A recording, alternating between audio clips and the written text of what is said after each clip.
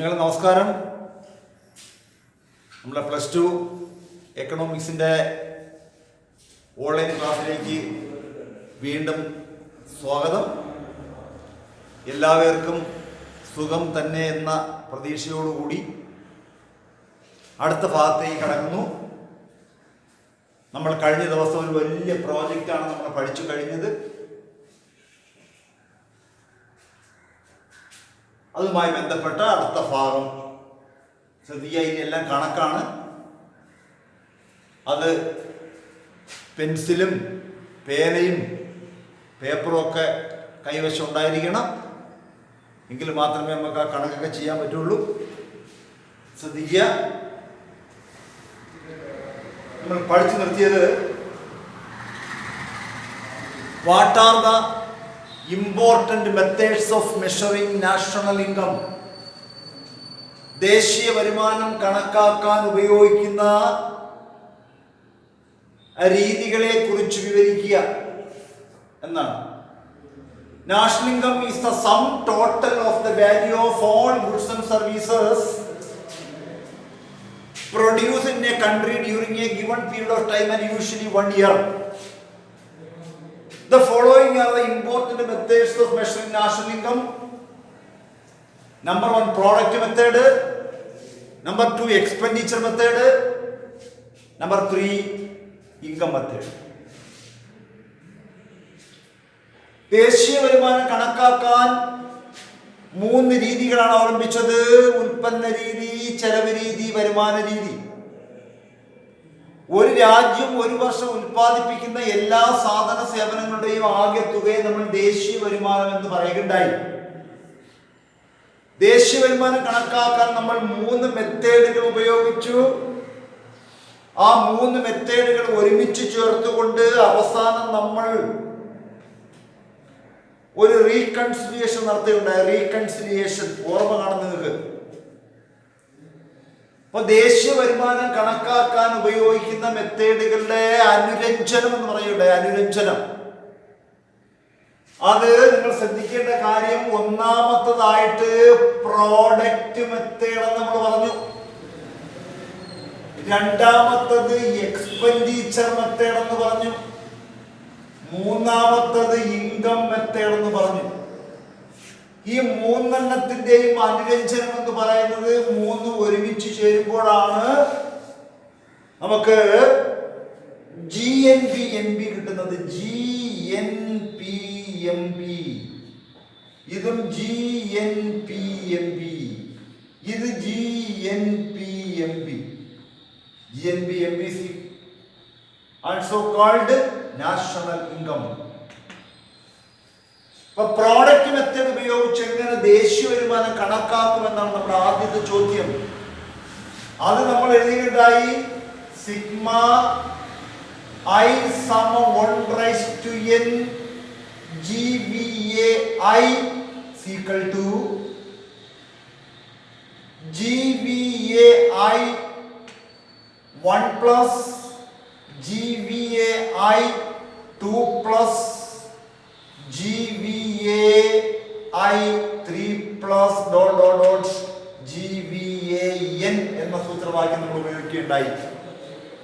അതാണ് പ്രോഡക്റ്റ് മെത്തേഡിൽ ആദ്യമായിട്ട് ഉൽപ്പന്ന രീതി കണക്കാക്കാൻ വേണ്ടി ഗ്രോസ് വാല്യൂ ആഡറ്റിന്റെ ഒരു ഫേമിലെ ഗ്രോസ് വാല്യൂ ആഡറ്റ് എത്രയുണ്ടോ അത് എല്ലാം കൂടെ കൂട്ടുമ്പോഴാണ് നമുക്ക് പ്രോഡക്റ്റ് മെത്തേഡ് കണ്ടുപിടിക്കാൻ പറ്റുന്നത്. അതുകൊണ്ടാണ് പ്രോഡക്റ്റ് മെത്തേഡ് കണ്ടുപിടിക്കാൻ sigma I = 1/n GVAI = GVAI 1 plus GVAI 2 plus GVAI 3 plus ... GVAIN എന്ന സൂത്രവാക്യം നമ്മൾ ഉപയോഗിക്കുമ്പോഴത്തേക്ക് പ്രോഡക്റ്റ് മെത്തേഡ് കണ്ടുപിടിക്കാൻ. ആ പ്രോഡക്റ്റ് മെത്തേഡാണ് GNP. അതായത് gross GNP gross national product at market price. അത് നാഷണൽ ഇൻകത്തിന് തുല്യമാണ്. അതുകൊണ്ട് GNP NI എന്ന് പറഞ്ഞാൽ. രണ്ടാമതായിട്ട് എക്സ്പെൻഡിച്ചർ മെത്തേഡ് കണക്കാക്കുന്ന അനുരഞ്ജനം എന്ന് പറയുന്നത് C plus I plus G plus X minus M എന്ന സൂത്രവാക്യം നമ്മൾ ഉപയോഗിച്ചു. Consumption, investment, government, X minus M. എക്സ്പോർട്ടിൽ നിന്നും ഇമ്പോർട്ട് കുറച്ച് കിട്ടുന്നത്, അതും GDP. അടുത്ത ഇൻകം മെത്തേഡില് W plus R plus IN plus P, wage, rent, interest, profit എല്ലാം കൂടെ ചേരുമ്പോൾ അത് ഇൻകം മെത്തേഡായി മാറും. ഇത് അനുരഞ്ജനം എന്ന ഭാഗത്ത് വ്യക്തമായിട്ട് വരച്ച് എഴുതി പഠിക്കണം. ഇത് മറക്കരുത്. ഇതിന്റെ എല്ലാത്തിന്റെയും അവസാന ഭാഗത്ത് GNB, MB, GNB, NB, GNB, MB എന്ന് എഴുതണം. മുകൾ ഭാഗത്ത് product method, expenditure method, income method, ഉൽപ്പന്ന രീതി, ചെലവ് രീതി, വരുമാന രീതി. മലയാളക്കാരി ഇതുപോലെ ഫോമില് മലയാളത്തിൽ എഴുതാൻ പറ്റില്ല, ഇംഗ്ലീഷിൽ തന്നെ എഴുതി വെക്കണം. മനസ്സിലായ? ഇനി നമ്മള് അടുത്ത കണക്ക് ഭാഗത്തേക്ക് നമ്മൾ കടക്കുന്നു. അടുത്ത പഠിക്കേണ്ടുന്നത് നമുക്ക് നോക്കാം. അതായത് GDP ഡിഫ്ലേറ്റർ. GDP deflator. മലയാളക്കാരും GDP ഡിഫ്ലേറ്റർ അങ്ങനെ തന്നെ പഠിക്കണം. GDP ഡിഫ്ലേറ്റർ എന്നാണ്. ഗ്രോസ് ഡൊമസ്റ്റിക് പ്രോഡക്റ്റിന്റെ മൊത്ത ഗാർഹിക ഉൽപ്പന്നത്തിന്റെ ഡിഫ്ലേറ്റർ എന്താണെന്ന് പഠിക്കുകയാണ്. എന്താന്ന് നോക്കാം. ഒരു പ്രോഡക്റ്റ് നിർമ്മിക്കുന്നതിന് ഒരു വർഷമുണ്ട്, ആ പ്രോഡക്റ്റ് വിൽക്കുന്നതിന് ഒരു വർഷമുണ്ട്. ചില പ്രോഡക്റ്റുകൾ നിർമ്മിച്ചിട്ട് എത്രയെങ്കിലും വർഷം കഴിഞ്ഞായിരിക്കും വിൽക്കുന്നത്. ചില പ്രോഡക്റ്റ് നിർമ്മിച്ചാൽ അപ്പോഴത്തെ തന്നെ അത് വിൽക്കും. അപ്പം നിർമ്മിച്ച വർഷവും വിറ്റ വർഷവും ഒന്ന് തന്നെയാണ്. ചില നിർമ്മിച്ച വർഷം വിൽക്കാൻ പറ്റത്തില്ല, അത് കുറെ നാൾ കഴിഞ്ഞായിരിക്കും വിൽക്കുന്നത്. അതുകൊണ്ട് the changes in the price level between the changes in the price level between the changes in the price level between base year price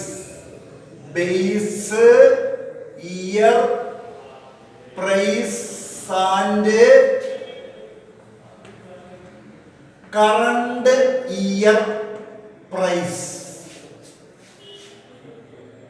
നോക്ക്, നമ്മൾ 2 വർഷങ്ങളുടെ വില പറയുന്നുണ്ട്. ബേസ് ഇയർ പ്രൈസും കറണ്ട് ഇയർ പ്രൈസും.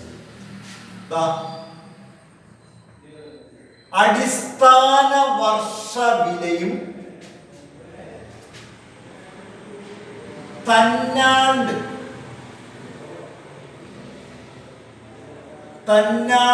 വർഷ വിലയും എന്ന് പറയുന്നത്. കാരണം തന്നാണ്ട് പ്രസന്റ് എന്ന് പറയുന്നത്. അപ്പൊ അടിസ്ഥാന വർഷ വിലയും തന്നാണ്ട് വർഷ വിലയും തമ്മിലുള്ള വ്യത്യാസത്തിന്റെ അടിസ്ഥാനത്തിലുള്ള വില, അല്ലെ വ്യത്യാസത്തെ ഒരു ഉൽപ്പന്നം നിർമ്മിച്ച വർഷവും ആ ഉൽപ്പന്നം വിറ്റൊഴിച്ച വർഷവും തമ്മിലുള്ള വ്യത്യാസം കണക്കാക്കി വില മനസ്സിലാക്കുന്നതിനെയാണ് നമ്മൾ ഡിഫ്ലേറ്റർ എന്ന് പറയുന്നത്. അങ്ങനെ വരുമ്പോൾ the ratio of the nominal GDP എത്ര പറയാണ്? The ratio of the nominal GDP, the ratio of the nominal GDP to a real GDP, to real GDP is known as GDP deflator. ഇതിനെ നമ്മൾ index of price എന്ന് വിളിക്കാറുണ്ട്. Index of price. The ratio of the nominal price to real GDP is known as index of price. It is called GDP deflator. ഇപ്പൊ ratio എന്ന് പറഞ്ഞാൽ നിരക്ക്, nominal GDP എന്ന് പറഞ്ഞാൽ നാമമാത്ര GDP to real GDP. അപ്പൊ നാമമാത്ര GDP-യിൽ നിന്നും യഥാർത്ഥ GDP-യിലേക്കുള്ള മാറ്റമാണ് ഇൻഡെക്സ് നമ്പർ. ആ ഇൻഡെക്സ് നമ്പർ കണക്കാക്കുമ്പോൾ അതിനെ നമ്മൾ പറയുന്ന പേരാണ് GDP-ക്ക് ഉണ്ടായ ഡിഫ്ലേറ്റർ മാറ്റം. ഇപ്പൊ ഒരു വസ്തു ഇപ്പൊ 1999 നിർമ്മിച്ച ഒരു വസ്തു വിറ്റത് 2005-ലാണെങ്കിൽ അതിന്റെ അടിസ്ഥാന വർഷം എന്ന് പറയുന്നത് 1999. അതിന്റെ കറണ്ട് ഇയർ പ്രൈസ് എന്ന് പറയുന്നത് വിറ്റ വർഷം, കറണ്ട് ഇയർ പ്രൈസ്. അപ്പൊ നിങ്ങൾ ജനിച്ചത് 2003-ലോ മറ്റോ ആയിരിക്കും. 2003-ൽ ജനിച്ച നിങ്ങളുടെ അടിസ്ഥാന വർഷമാണ് 2003, നിങ്ങൾ ജനിച്ച വർഷം. നിങ്ങളിപ്പോൾ ജീവിച്ചിരിക്കുന്ന വർഷം, അതായത് 2020 എന്ന് പറയുന്നത് എന്തെന്ന് ചോദിച്ചാല് അതാണ് നിങ്ങളുടെ കറണ്ട് ഇയർ എന്ന് പറയുന്നത്.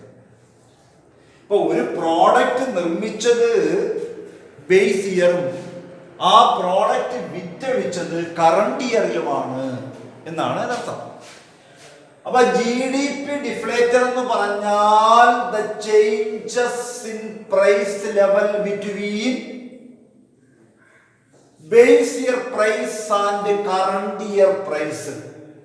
The ratio of the nominal GDP to real GDP is index of the price, that is called GDP deflator.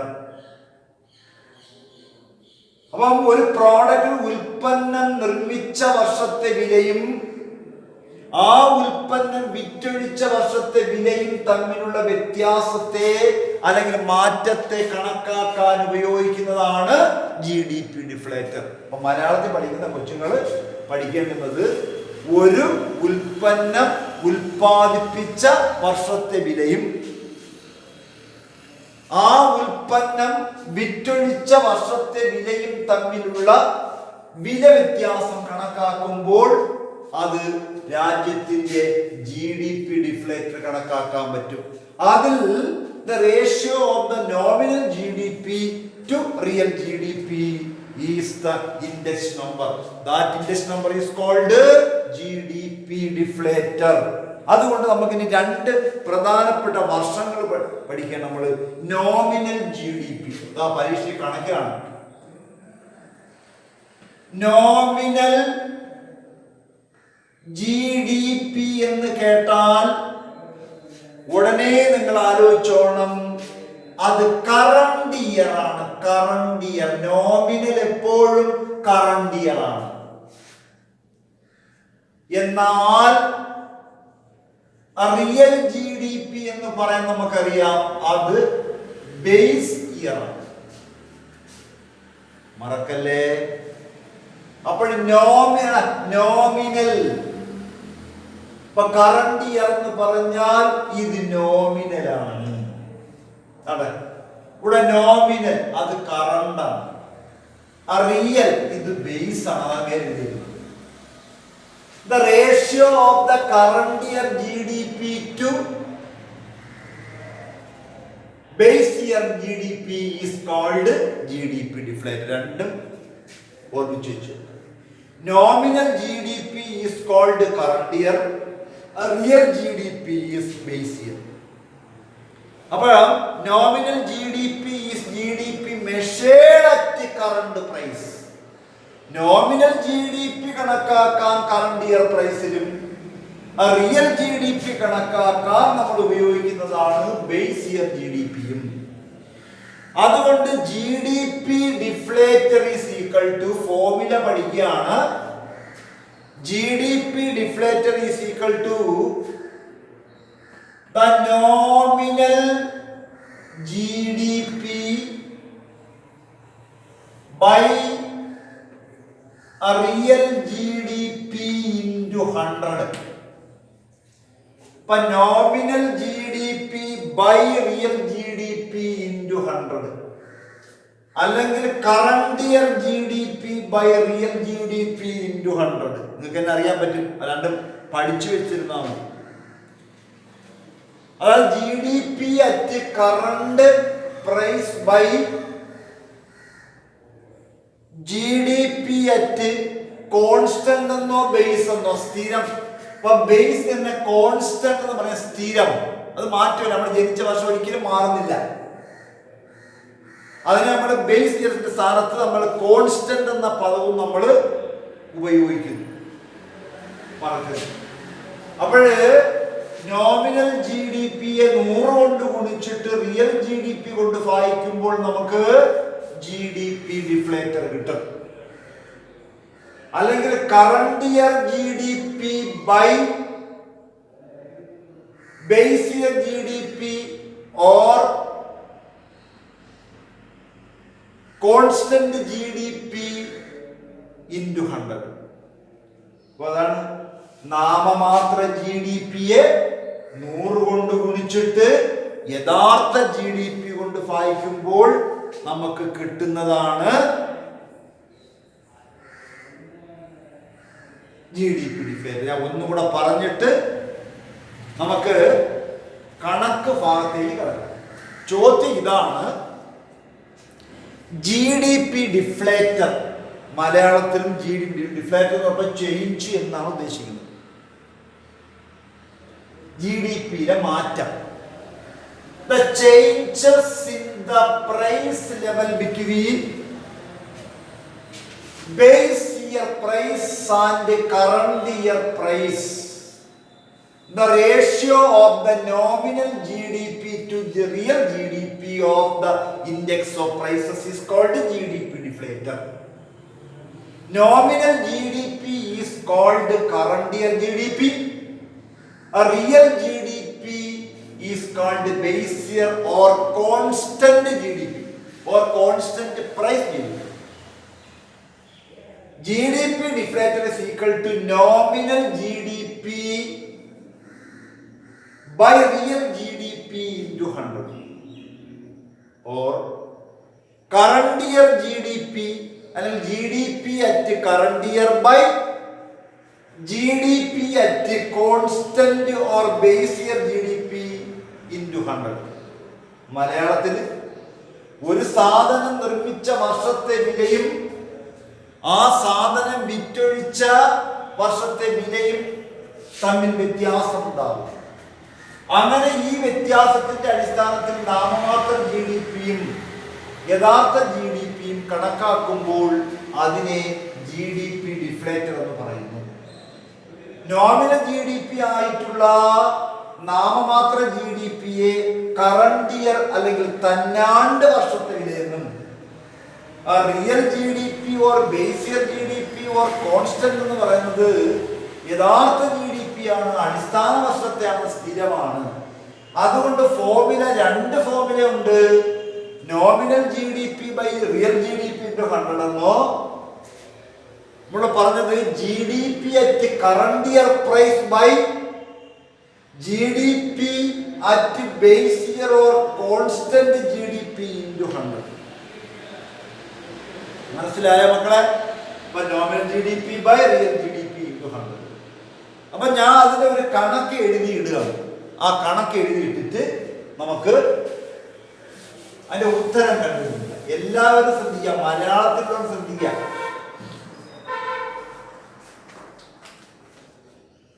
ചോദ്യം ഇതാണ്, the value of the nominal GDP of a country was rupee 2,500 crore in a particular year. The value of GDP, the value of GDP of that country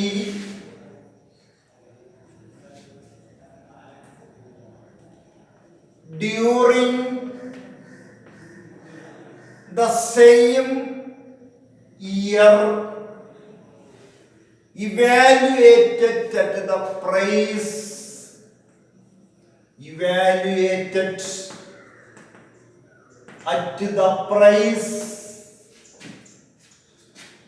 of same base year price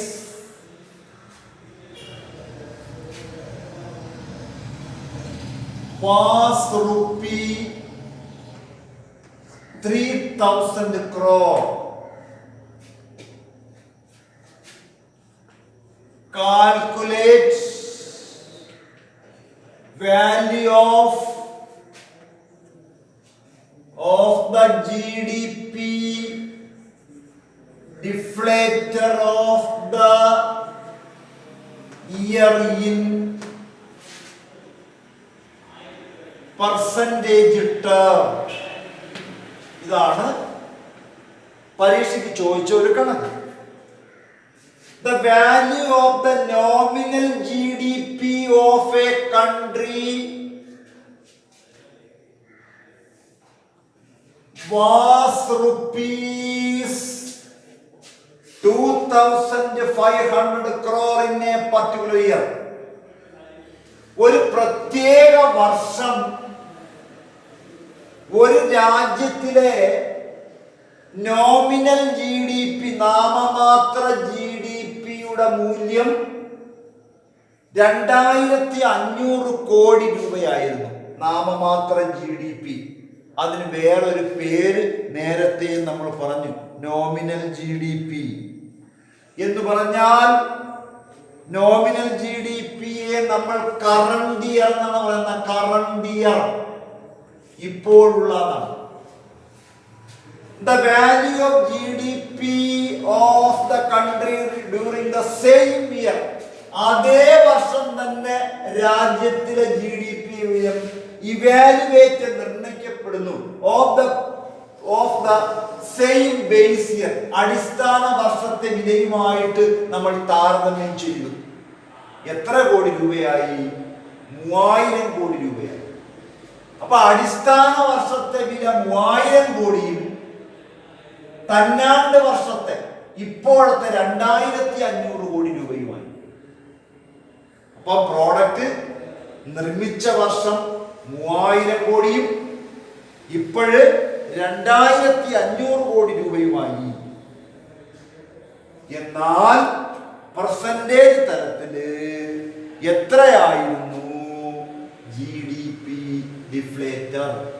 കുഞ്ഞു മനസ്സിലായല്ലോ. ഇപ്പൊ അടിസ്ഥാന വർഷം 3 കോടി, വിറ്റ വർഷം 2,500 കോടി. ഇതിന്റെ അടിസ്ഥാനത്തിൽ GDP ഡിഫ്ലേറ്റർ എങ്ങനെയാണെന്നാണ് ചോദിച്ചത്. മനസ്സിലായല്ലേ? ഇപ്പൊ രണ്ടും അടിസ്ഥാന വർഷം എന്നുള്ളത് ബേസ് ഇയർ പ്രൈസ് കൊണ്ട് തന്നേക്കുന്നത്, നോമിനൽ എന്നാണ് തന്നേക്കുന്നത്. അപ്പൊ നമുക്കറിയാം കറണ്ട് ആണ്. അപ്പോൾ ബേസ് ഇയർ പ്രൈസും നോമിനൽ പ്രൈസിന്റെ അടിസ്ഥാനത്തിൽ GDP തന്നിരിക്കുന്നു. അതിന്റെ അടിസ്ഥാനത്തിൽ നമ്മൾ കണ്ടുപിടിക്കാൻ പോവാണ്. ശ്രദ്ധിക്കുക. ഉടനെ നമ്മൾ ചെയ്യുക formula GDP deflator is equal to രണ്ടാമത്തെ ഫോർമുല നമുക്ക് ഉപയോഗിക്കാം. അത് ഇഷ്ടപ്പെട്ട നമുക്ക് എടുക്കാം. ഏതാണെന്ന് അറിയാലോ നമുക്ക് തന്നിരുന്ന ഫോർമുല. അതായത് GDP at current year price by GDP at base year price of constant price into 100. ഇതാണ് ഫോർമുല. അപ്പോൾ തന്നാണ്ട് വർഷത്തെ വിലയിലെ GDP അടുത്ത അടിസ്ഥാന വർഷത്തെ GDP-യുടെ വിലയും into 100. അപ്പൊ നമ്മൾ കണക്ക് ചെയ്യുമ്പോഴത്തേക്ക് വഴി എഴുതി ചെയ്യുക. അപ്പോൾ ആദ്യം നോക്കിയാണ് ഒന്നായി എഴുതുന്നത്. ഒന്നേന്ന് എഴുതിയിട്ട് GDP at current year price സമം കടന്ന 2500 crore. ഇനി 2 എന്ന് എഴുതിയിട്ട് GDP at base year price or constant price is equal to 3000 കോടി. വഴി എഴുതിയ മാർക്ക്. എന്നിട്ട് അതുപോലെ നമ്മൾ സമം ഇട്ടിട്ട് 2500 by 3000 into 100. സമങ്ങൾ കിടക്കുന്നുണ്ട. അത് ഒരേ ലെവൽ വരണം. ഇത് ബാക്കി നിങ്ങൾ കണ്ടുപിടിക്കണം. നിങ്ങൾ കണ്ടുപിടിച്ചിട്ട് നമ്മളെ സാറിന് ആൻസർ അയച്ചു കൊടുക്കണം. ഉണ്ടല്ലേ? എന്താണ് ചെയ്യേണ്ടുന്നത്? ഈ 2500-നെ 100 കൊണ്ട് ഗുണിച്ചിട്ട് 3000 കൊണ്ട് വായിക്കുമ്പോൾ നമുക്ക് GDP ഡിഫ്ലേറ്റർ കിട്ടും. അത് ആൻസർ വയ്ക്കാം. അതുപോലുള്ള പല തരത്തിലുള്ള കണക്ക് ചോദ്യമായിട്ട് അയച്ചു തരും. ആൻസർ ചെയ്ത് വാട്സപ്പിലൂടെ നിങ്ങൾ അയച്ചു കൊടുക്കണം. മനസ്സിലായല്ലേ? ഇതാണ് ഒരു പ്രധാനപ്പെട്ട ഒരു ചോദ്യം. മനസ്സിലായ മക്കളെ? അപ്പോഴ് എല്ലാവരും മലയാളത്തിലുള്ള കൊച്ചുങ്ങൾക്ക് മലയാളത്തിലെ ചോദ്യം സാർ അയച്ചു തരും. ഇംഗ്ലീഷുള്ളവർക്ക് ഞാൻ ബോഡി എഴുതിയിട്ടുണ്ട്, അതനുസരിച്ച് കണക്ക് ചെയ്യുക. മനസ്സിലായല്ലേ? ആൻസർ ഞാൻ പറയുന്നില്ല, ആൻസർ നിങ്ങൾ തന്നെ ചെയ്യുക. ഓക്കെ, നമുക്ക് അടുത്ത ക്ലാസ്സിൽ കാണാം. ഓക്കെ മക്കളെ.